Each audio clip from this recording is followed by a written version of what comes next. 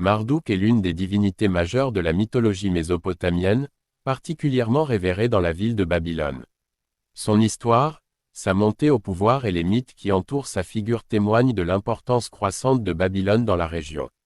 D'abord un dieu secondaire, Marduk devient progressivement le dieu suprême du panthéon mésopotamien grâce à son association avec la puissance et la sagesse, ainsi que son rôle dans le mythe de la création, l'Enuma Elish.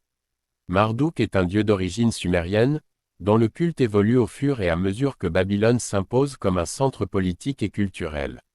À l'origine, il était principalement associé à la fertilité, la végétation, et les forces naturelles, en particulier l'eau. Il est souvent représenté avec des attributs qui rappellent son lien avec la pluie, l'orage et les forces de la nature.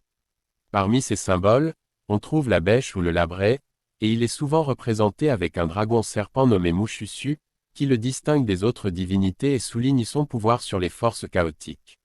Le rôle de Marduk dans le mythe mésopotamien de la création, l'Enuma Elish, est central à sa transformation en dieu suprême. Dans ce récit, Marduk se dresse en héros lorsqu'il affronte Tiamat, une ancienne déesse primordiale associée au chaos et aux eaux salées. En réaction au meurtre de son époux Apsu par les jeunes dieux, Tiamat décide de se venger en engendrant une armée de monstres pour écraser ses enfants divins. À ce moment-là, les dieux, effrayés, cherchent un champion qui puisse les sauver du chaos menaçant de Tiamat. Marduk accepte de relever le défi, mais en échange, il demande à être élevé au rang de roi des dieux en cas de victoire. Marduk, armé de ses pouvoirs magiques et de l'appui des dieux, affronte Tiamat dans une bataille titanesque. Utilisant le vent pour immobiliser Tiamat, il finit par la vaincre en la transperçant avec une flèche, mettant ainsi fin au règne du chaos. Après cette victoire, Marduk découpe le corps de Tiamat en deux pour créer les cieux et la terre.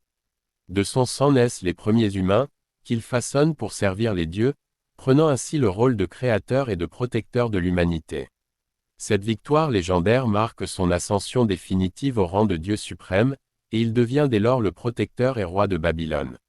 Marduk incarne non seulement la force et la protection, mais aussi la justice et la sagesse. Il est souvent représenté comme une figure royale, tenant un sceptre et trônant en majesté, ce qui renforce son image de souverain céleste.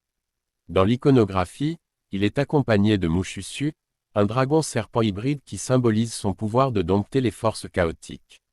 Mushushu est parfois interprété comme une représentation de l'ordre contrôlé par Marduk, qui impose sa loi sur les éléments indisciplinés du cosmos.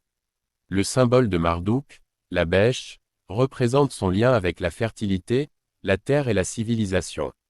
En tant que Dieu, il veille à l'abondance, à la sécurité et au bien-être des hommes, mais il est aussi un Dieu guerrier capable de destruction lorsque cela s'avère nécessaire pour rétablir l'équilibre. À mesure que Babylone s'établit comme capitale sous le règne de rois tels qu'Hammurabi, le culte de Marduk prend une importance primordiale dans la région mésopotamienne.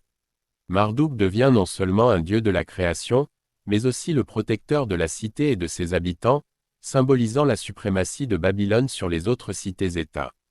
Chaque année, lors du Nouvel An babylonien, une fête en l'honneur de Marduk, appelée Akitu, est célébrée. Cette fête, qui dure plusieurs jours, renforce le lien entre la ville et son dieu, et les rituels effectués durant cette période rappellent sa victoire. Sur Tiamat et la création du monde. L'Akitu est aussi un moment de renouveau pour les habitants de Babylone, qui renouvellent leur allégeance à leur roi terrestre et à Marduk, leur roi céleste. L'influence de Marduk se propage bien au-delà de Babylone. Son mythe et son culte ont inspiré d'autres cultures et ont contribué à la diffusion de l'idée de Dieu unique suprême dans l'Antiquité. Sa figure de Dieu guerrier, créateur et souverain a influencé la conception des rois et dirigeants comme représentants des dieux sur terre.